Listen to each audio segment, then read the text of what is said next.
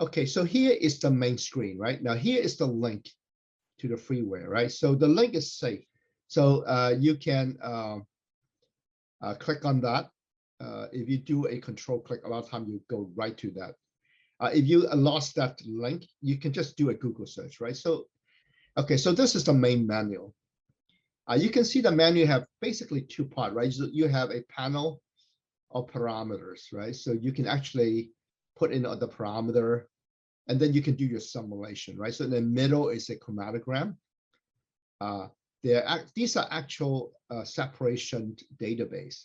There's about 8 or 9 of them. And the one I'm used to demo this program, it is an impurity analysis, right? From this compound called salbutamol, right? I don't know that compound too well, right? So that's the first peak is the API. It's the active pharmaceutical ingredient with 4 impurities or degradation products. So in pharma analysis, we are always concerned about the API. And we would like to develop a method to separate all its constituents, including impurity, degradation products, and other excipients. Okay, so I'm going to give you actually careful one-on-one, one parameter at a time explanation. And you can learn a lot of HPLC, what is important, what is not, through some of these exercises. So it's something that you can have a lot of fun, and you can spend basically a few hours playing with the software and getting really good data and reinforcement of the concept, right? We learn a lot about concepts. And I mentioned that gradient concepts are very tough to be intuitive. From isocratic analysis are easier because it's simpler, right? Gradient is very complex. HPLC is actually very complex, right? You can see what that whole thing is. And you can see a table of output data. These are some of the method performance parameters. And we talk about these in some detail. You have the peak capacity, which you learned a couple of weeks ago. You have the overall meter on how good the separation is, right? So this one is pretty good. It's not perfect because the first 2 peak is not completely based on resolve, right? So here are some of the concepts of that. So in the front menu, when you get to the link, you would have a couple of buttons, right? So you should select the button down below the main menu. You say you want to download the program with the macro. The macro allow you to do simulation, right? So actually, so it's 2.6 megabytes of material. So it's not a big program. It's actually an Excel spreadsheet. And also for some of you, you should also download a document. This is a PDF file or a Word document that defines some of the terms, right? So some terms are a little obscure. Because in chromatography, it's really a lot of very complex factor, right? Being governed by the law of physics. So there's a lot of physics in the simulation that he have to put down. A lot of physical chemical property, a lot of equilibrium, pharmacokinetics and pharmacodynamics in this simulation program, right? So he did, I would say, thousands of hours of work, which we can all benefit from. Okay, so here is kind of the demo example that I'm going to show you, right? So I follow a pretty mundane example, but it's in gradient, right? So first of all, you enter column parameters. You can learn a lot about system, right? We're going to pick UHPLC system, right? Because it's the more modern platform. And then all the operating parameter, right? So to begin with, you want to go from things which are well predicted, right? So I would do it by following the example. Once you get familiar with the parameter, how it interacts, you can do your own thing, right? You can simulate something that you have. Okay, so I pick an example which is more relevant. It's mix number 5. It's the salbutamol and its impurity. It's a 5-peak separation.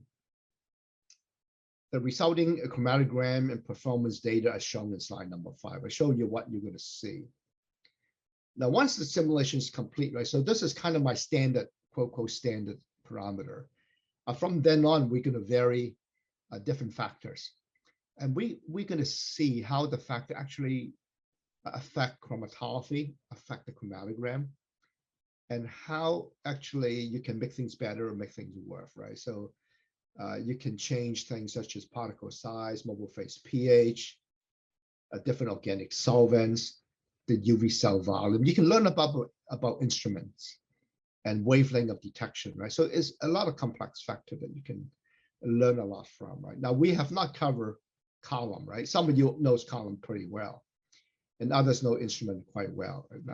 There's a lot of mass spec expertise in the audience, right? So which is fine, right? But it will give you an overall appreciation of all the complex factors, including injection volumes, diluents, tubing diameter. I mean, all these things are important to different degree, right?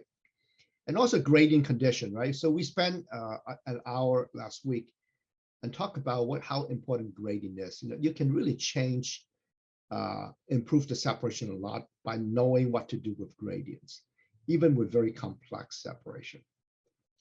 And something called dwell volume, which we did not define, right? Dwell volume, we would define later on, several weeks later, right? But all these terms you want to get familiar with, even though you might not know what it is. If you really would know what it is, you could just Google it, right? I mean, you can do a lot of things in advance. And then you can simulate the chromatogram. All the method performance data are spelled out. Performance data might include analysis time, okay, which is the gradient time plus some of the equilibration time, right? Typically, I add about 2 or 3 minutes to it. That's the total analysis time, which is important. Resolution is most important, right? Because this is, by law, we want to be able to resolve almost everything baseline. Peak width, asymmetry. Peak height is related to sensitivity. Peak capacity is how many peaks you can separate in a gradient. And signal to noise ratio, which is important for sensitivity. You have to be able to see the peak. Also, there's a section which talks about what are the big contributors to extra column volume, right? So extra column volume outside of the column, which you should minimize, because that is something that's bad. You have very good resolution, but if you use a very large flow cell, you lost all that resolution. Now here's a forward, which is an abbreviated forward. I'm actually doing a LCGC article on this demo, which is coming out in about a month or so. It's going to be in the October issue of LCGC magazine. And I actually asked David Guillaume to give me write me a forward, right? So he wrote me 2 paragraphs. And this is the abbreviated forward, right? I want him to explain his own story, why he actually do this demo Excel spreadsheet, right? Why he spent thousands of hours doing that. And that was his word, right? And also why did he want to offer it as a freeware? So it's kind of a nice person. So in March 2020, at the beginning of the pandemic, the University of Geneva suspended all courses and practical work, right? Like everybody else, it had really deep impact on education and travel. We taught exclusively through distance learning, and also developed an Excel spreadsheet to simulate the chromatographic analysis that our student in the lab performed, right? So basically, he took all the separation that in the laboratory, all the students in analytical chemistry, separation science perform, and make it into a simulation program. So we took those data and then basically allow it to simulate. We offer this to the scientific community, kind of as a giveaway, as a freeware. And they receive a lot of positive feedback, right? Obviously, when things are free, you know, people do appreciate it. We hope this program will help all the HPLC practitioners to better understand the myriad. The myriad is the very diversified, intertwining. All the factors are kind of affecting each other, right? So you kind of have to understand how each factor would affect which portion of the HPLC method, right? So this is actually a good way to understand the complex, intertwining factors in HPLC. Okay, so let's talk about things in more specific idea. Okay, so here are the data. Later on, I'm actually show you the demo, so you can actually get some time watching me kind of navigate through demo, right? But this is kind of what you're going to see, right? So you have two buttons, HPLC and UHPLC. You know, obviously UHPLC is sexier. It's the new platform, right? You can press that, and then once you press that, some of the instrument automatically change.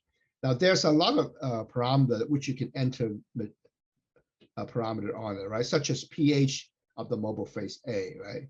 Mobile phase B, you have basically two choices, acetonitrile and methanol. So I'm going to ask you to check on 2.7, which is 0.1% formic acid. Those are the separation mobile phase used in the separation examples. UV flow cell, you want to have a small flow cell. A conventional flow cell is 8 microliter for HPLC, which is way too big. And most of the UV flow cell for UHPLC is much smaller, like 1 microliter. Some of them is half a microliter, right? The wavelength of monitoring, 220. Time constant is the response of the UV detector. We want to reduce the noise. So it's actually give you a little bit glimpse on the underpinning of the instrumental factor that might affect certain portion of the method performance. Acquisition rate is how fast you take the data. Typically, we don't want it to be too slow, but definitely not too fast, because you accumulate a large amount of data which is not needed. So these are the parameters that seem to work well when I did my simulation. So I'm going to ask you for the first time to put those in. Now I have my own favorite column, and I like to use that as a demo because they're more relevant. So I like short column, a 5 centimeter long column, great for initial method development. My favorite ID in the diameter is 3 millimeter. I think 4.6 millimeter is basically too wide, too big for today's instrument, right? So 3 is just right. Particle size, I'm a big fan of sub 3 microns, such as 2.7, right? And I later on explain in detail why I like that. Okay, I think that sometimes people like to have very small one, but that means that you have to use UHPLC instrument, right? So it's nice to have something that will work both on HPLC and UHPLC. The default temperature is 30 or 35, right? So I thought I explained it later, or I explained it before, right? So because most column oven have to be working 5 degrees above ambient, so 30, 35. So I checked 35. Porosity is a term that you're not used to, right? So just put 1 in there, right? Which is a nice number. You can put 0.8, but these are more of a column manufacturer's factors.